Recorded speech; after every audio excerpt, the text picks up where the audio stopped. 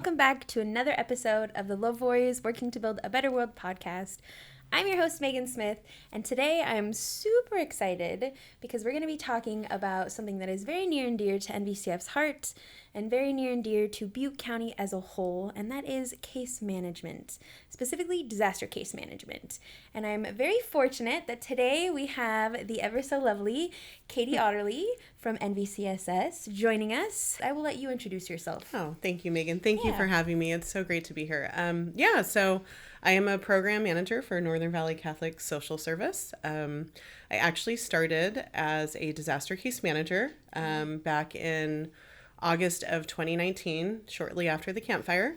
Yeah. And a couple years into my position as a disaster case manager, I became a supervisor, and now I am the program manager for the campfire team.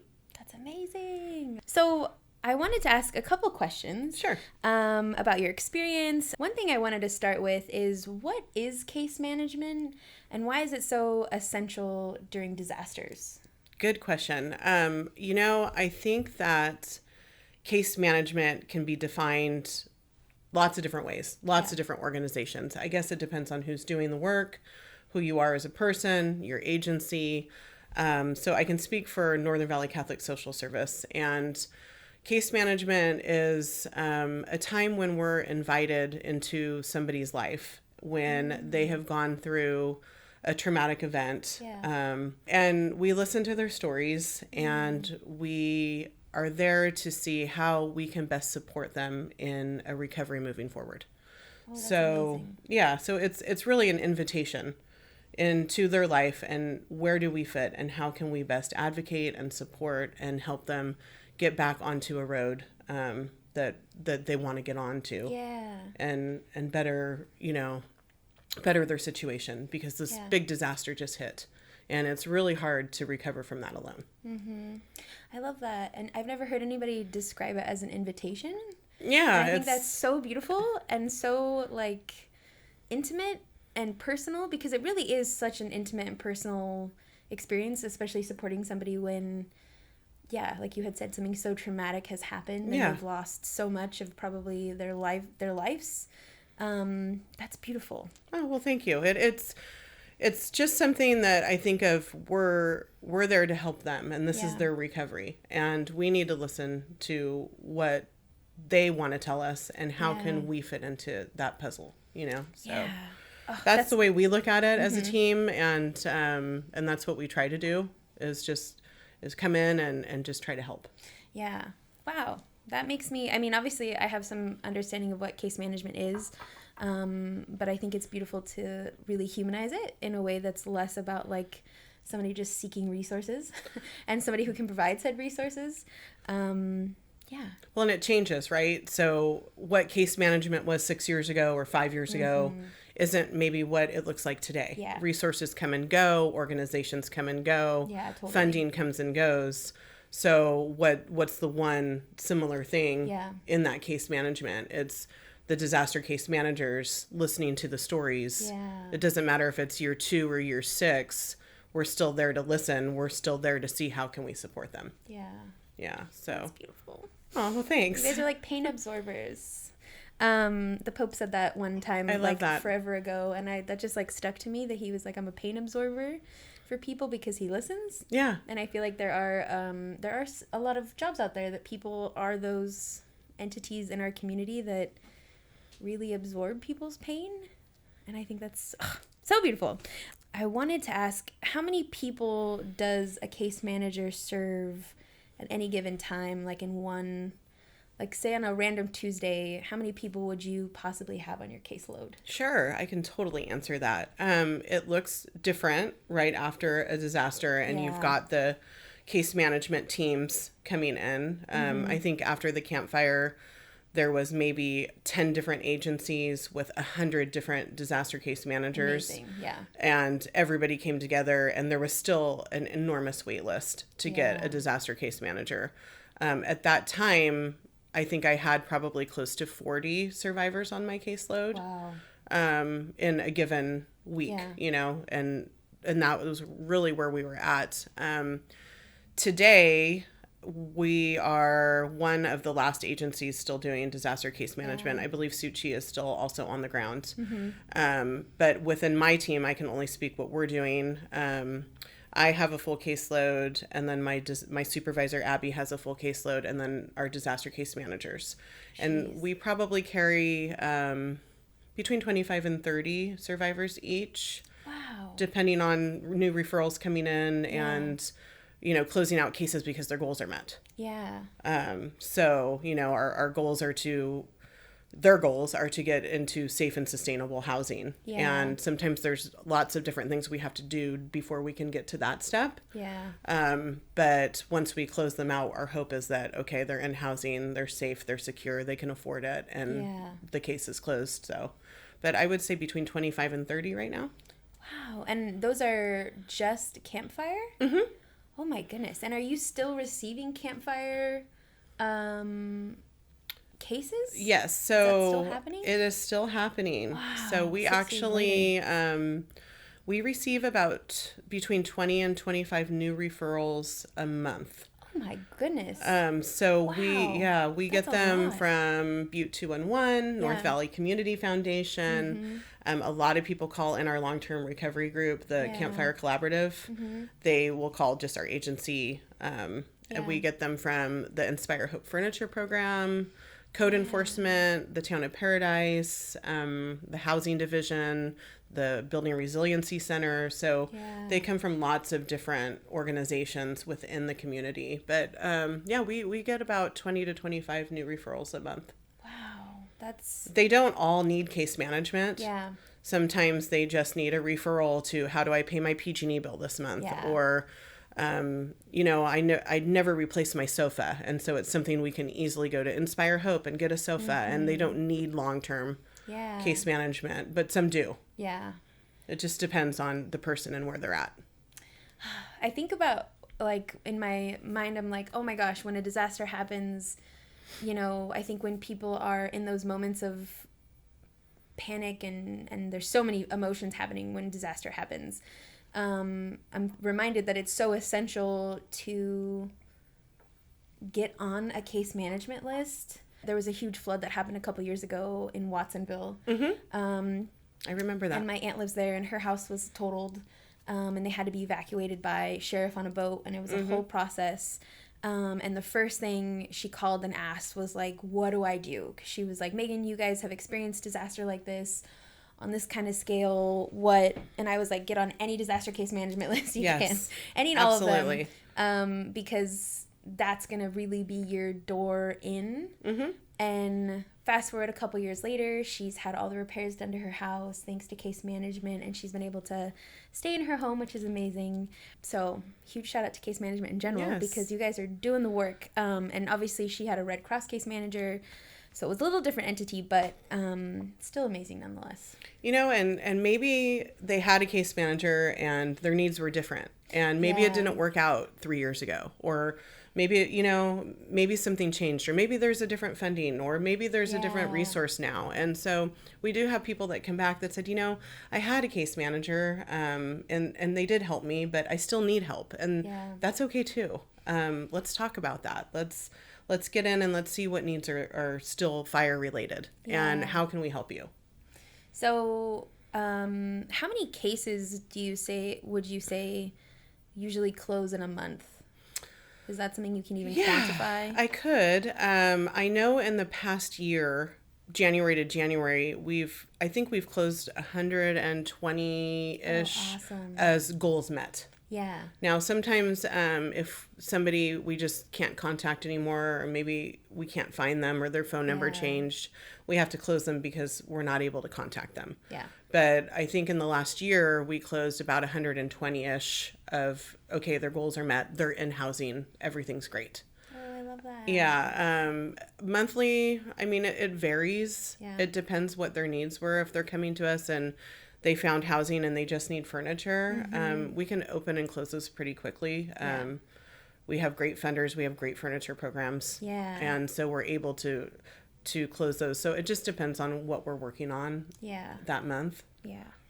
listening to you talk, I feel like, first of all, I'm really excited for this episode in general, but I feel like so many people, including myself, don't know necessarily the details and the ins and outs, that there are, like, you know, you guys can help people get furniture. That's amazing. That is something we do. That's so if cool. they lost their furniture at the time of the fire, there are still resources to help them replace that furniture. That's beautiful. Same with rent, same with, you know, just anything that's fire related, we call it. We still are out there and we're still helping. So amazing.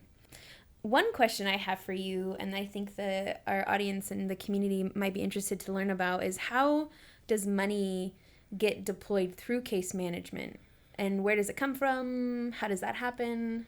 Okay, so disaster case managers don't touch any money. So everything, and that sometimes in the beginning was also like confusing. A little confusing. Yeah, I can see that. We access different resources. Yeah. And we do have a simple unmet needs roundtable that we take survivors to once a week. We have a complex unmet needs roundtable that we can go to once a month. Yeah. We also have a great program called Shop with United Way. We have our Inspire Hope Furniture Warehouse. We absolutely love them. Yeah. And so all of those things are funded through those organizations. And our job is to, you know, present the need, and then the funding would come from, you know, whatever organization or funding pot we're accessing. Yeah. If we take somebody to a complex unmet needs table and they need some gap funding to finish a rebuild, for instance, and whatever organizations are at that table that donate, that money goes to our long-term recovery group, and it's held there. And it's up to the disaster case manager to turn in the vendor bids and receipts and get it approved by our construction cost analyst. And then the Campfire Collaborative then would cut the check directly to the vendor. Yeah, that makes a lot of sense. I know Kim Dufour, our director of strategic grant making, sits on a lot of those roundtables. Yes. And she's really in it. I know she is so supportive to disaster case management, and we could not do this without Kim. So she is the MVP. I remember she is definitely the MVP. When I 100%. Totally. When I first started at NVCF, things were in chaos because it was just after the campfire, and I was a young college graduate, and I was like, I don't know what I'm doing. I don't know what to do. We were all there at one time in our lives. I was like, I'm just here to help. I want to help. How can I help? And I remember Kim sitting in the hallways almost all day, 8 hours a day, 9 hours a day, just taking phone call after phone call after phone call on her super old iPhone that I think she still has. She's an OG. And that is dear to my heart because I don't ever want to change my technology. So give me the old phone all day long. She would sit out there on her phone with her little headphones in, and she would just talk and talk and talk and figure out different ways to bring funding into one place and organize gift cards coming in and money. And somebody sent us like a box of coins, and she was like, what do we, I mean, we were in it after the campfire, but Kim has been really the head of just orchestrating how NVCF plays a role in campfire disaster. She's been absolutely, obviously not the only person as a part of that, but she's been absolutely critical specifically for case management. Oh yeah. Because, she's in it, she's helping. And again, NVCF has a pot of campfire funds that goes into that and can be drawn upon by case managers, which is awesome. Yes. And I know she loves that, and I know it's rewarding for her. And we seek her support and guidance. Yeah. And we love it. And we, like I said, we could not do it without Kim. So yeah. Oh, I hope she watches this. And I do too. Hi, Kim. I know. Hi, Kim. We love and adore you. So I think I wanted to bring it back to you and what this work really means to you as a person. I will try to go there. You know, I have a good story, I think. Yeah. Years and years ago, I mean, I've lost track of time, but maybe like 17, 18 years ago, I don't even know. But I had this supervisor, this program manager. And I was working for a program called Butte Baby Steps. NVCSS still has this program today. It is the best program. Yeah. But I was new. I was a new mom. I was a young mom. I thought I knew everything. I'm going out to work for NVCSS and, change lives. Yeah. And I go into this job and I'm ready to go. I've never even been on a home visit. And my boss at the time sits us down, 3 other girls and myself, and she hands us this paper. And it's a picture, like a cartoon picture. And she said, okay, you guys have 30 seconds to look at this picture. And I'm like, okay. And it's like the setting is a living room. And it's literally turned upside down. And there's laundry piled on the sofa. And there's pizza boxes everywhere with like one piece of pizza in it. And there's, this is how long ago it was, there's a phone on the wall and a woman who's got the cord stretched across the room and she's on the phone not paying attention to anything. Yeah. And there's a baby sitting under an ironing board. And so we're looking at this picture, and we're about to work for Butte Baby Steps. And she takes the picture away and she goes, okay, everybody write down everything you saw. And so we're like, there's old food on the coffee table. There's a baby sitting underneath an iron. The mom's not paying attention. And we start listing all of these things, right? And so then she sits us down and she goes, you know what? That mom was on the phone because she had a support system. And there was pizza boxes because she fed her family. And the laundry shows you that she's doing laundry and her kids have clean clothes. And so she starts, putting this different perspective on it. Yeah. And I said, okay, but what about the iron?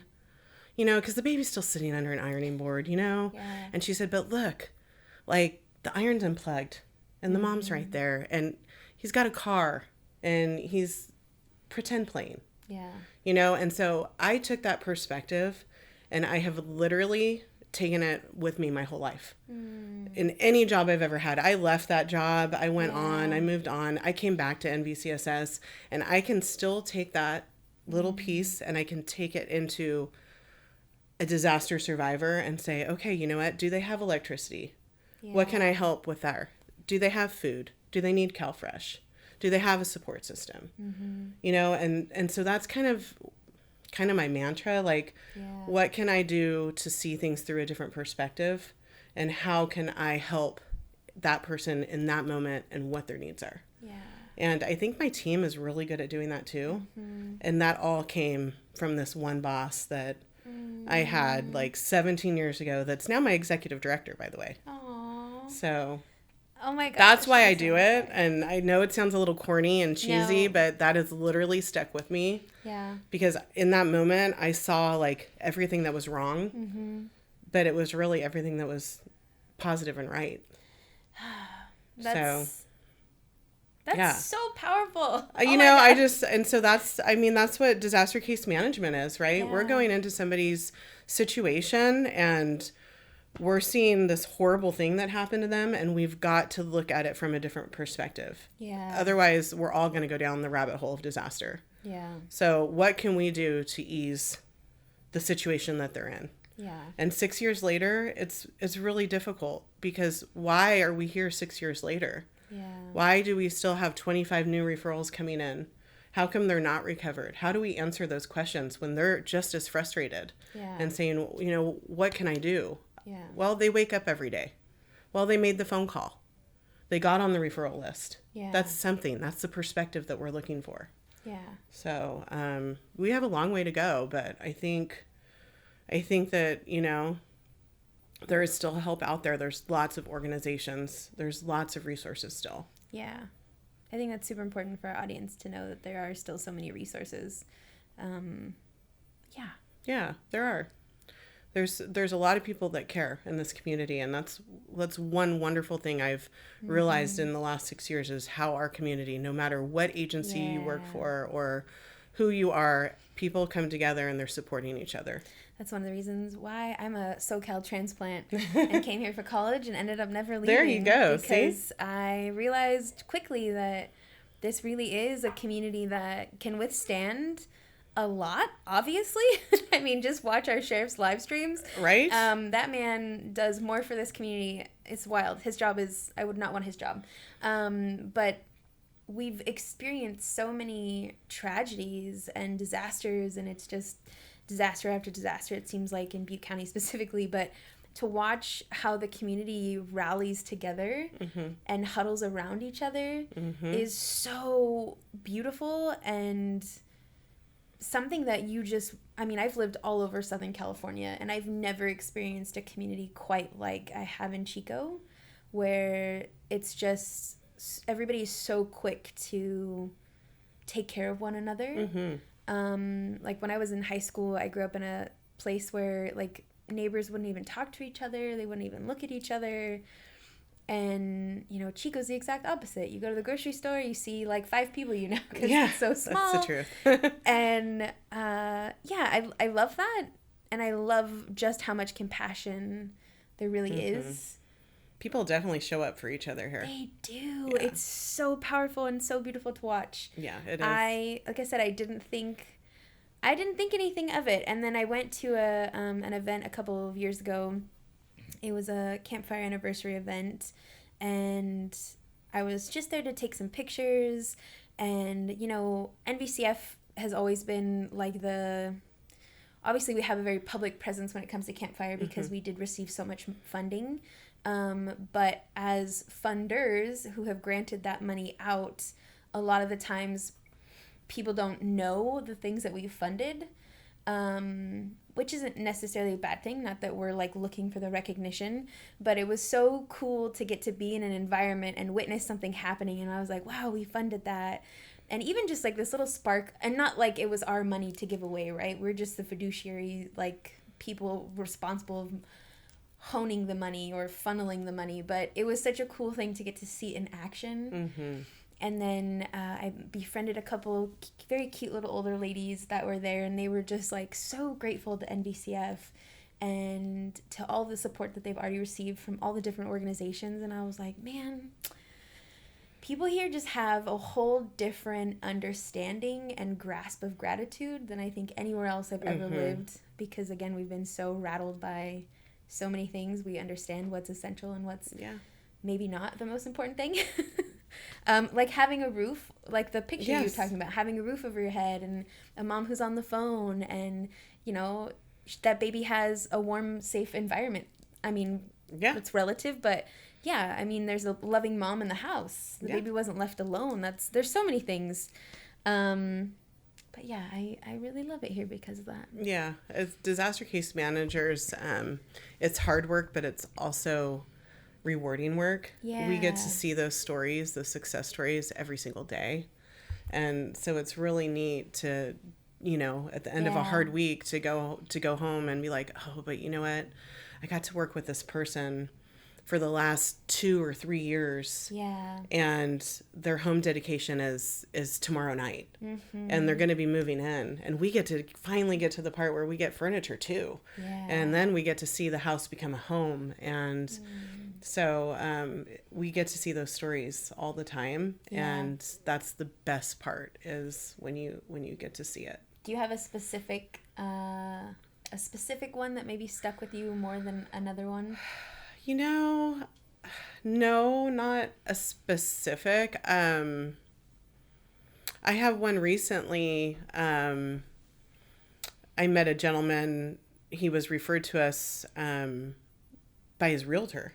Oh, interesting. Yes, and he is my dad's age, 80, like in his 80s, and he'd been living in, I don't want to say too much identifying information, but he had been living out of the city, out of the town, out of the area in a travel trailer for 6 years. Yeah.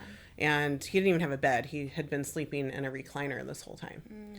And he had no idea that there was case management. I mean, he was living out somewhere else, and he didn't know there was help, and he got some settlement money, and he ended up buying like a little tiny house up in Paradise, and the realtor said, hey, there's this group that can help you, but you have to have a disaster case manager.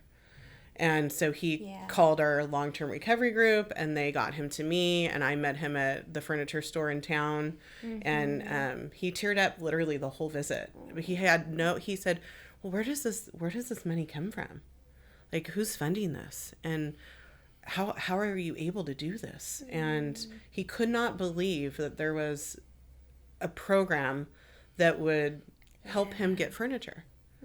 And so his house closed. He moved in. He got his furniture and his appliances. And on Thanksgiving, I woke up to the most beautiful text message. And he was just like thanking me and North Valley Community Foundation, because they're who funded it, for this furniture and these appliances and for making his house a home. Oh, I love that. And he was literally like, and the best part about it was I kept thinking the whole time, like, this could be my dad. And who would help my dad? Yeah. You know? And so when I woke up and I saw that, I lost it. I was like, I'm going to cry. But I'm still working with him. I'm trying to get him a few more things through Inspire Hope. So I'm still working with him. And I called him the other day and he's like, oh, I thought you forgot about me. And I said, no, I am never going to forget about you. We're friends. Yeah. So, but there's stories like that. Yeah. My case managers are great. Our supervisor is great. Like, we all are doing it, and we get to bring that home. And you know, we haven't helped everybody, but we're helping as many as we can. It's a tough job, but a rewarding one, it sounds like. Yeah, it is definitely rewarding. Yeah. I'm glad to be here, and I'm hoping to continue. Yeah. You know, for as long as we possibly can. Well, we're still here to fund case management. You know, so. This disaster was huge, and it's affected so many people, and you know, we have a long way to go. I met somebody through Catholic Charities who worked a disaster, and 10 years later they're still working it. And I'm thinking, gosh, you know, like, I don't know if we'll have funding for 10 years. I don't know what that'll look like, but we're on year 6 and we're still here and we still need to be here. So, wow. Yeah. So sorry. No, that's okay. It was a good story. I'm sorry. He's sleeping in a bed. It was such a good story. I cheated because it was such a good story. Yes. And I feel like those are the stories that, you know, I want. There were so many people that donated to Campfire Relief when the campfire first happened, and those are the stories that I want those people to hear, whether they were in, you know, Texas or New York or wherever they were in the world. Know that there are people who are receiving things and you are helping them. And that's just such a beautiful, you know, for every negative thing there's 5 positives, and that's just such a good such a good thing. It's been amazing. Yeah. It's been amazing seeing people move into their homes and you know, finally getting to that stage. And sometimes we have some people who maybe are living in travel trailers on properties, and we meet them on code enforcement. That's something else that we do. We go out with the local code enforcement in Paradise. We have formed an amazing collaboration. We go there not to cite people. We go there to meet people and see how can we help you. And we will meet people that, you know, maybe they need to establish some income. And so we'll work on, we're going to do this many job applications a week. And then we establish the income. And then, okay, let's start filling out rental applications. And then if they're on a disaster property, we can utilize the town of Paradise. They can come in and help with some rent. We can use the United Way's SHOP program. They can help with rent. And so we can get them into a rental, and maybe we have like 3 months paid so that they can get on their feet. I'll ask you one more question. Okay. So thank you so much for being here today, for sharing your stories, for sharing a little bit about all the amazing work you do.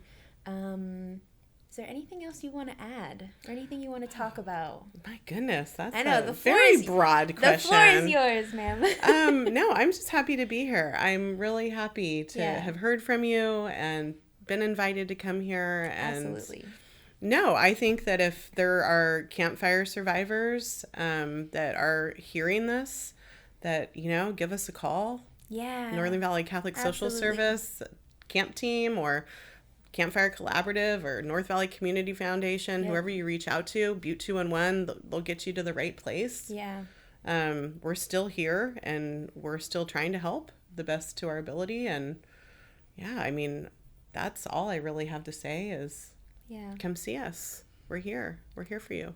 I love that. Yeah. Well, thank you again. You're welcome. That was, we will add some links in the description when we post this podcast so people can find you guys. And yeah, on that note, thank you very much for being here today, and thank you to our listeners and our watchers. And we'll be around and see you next time.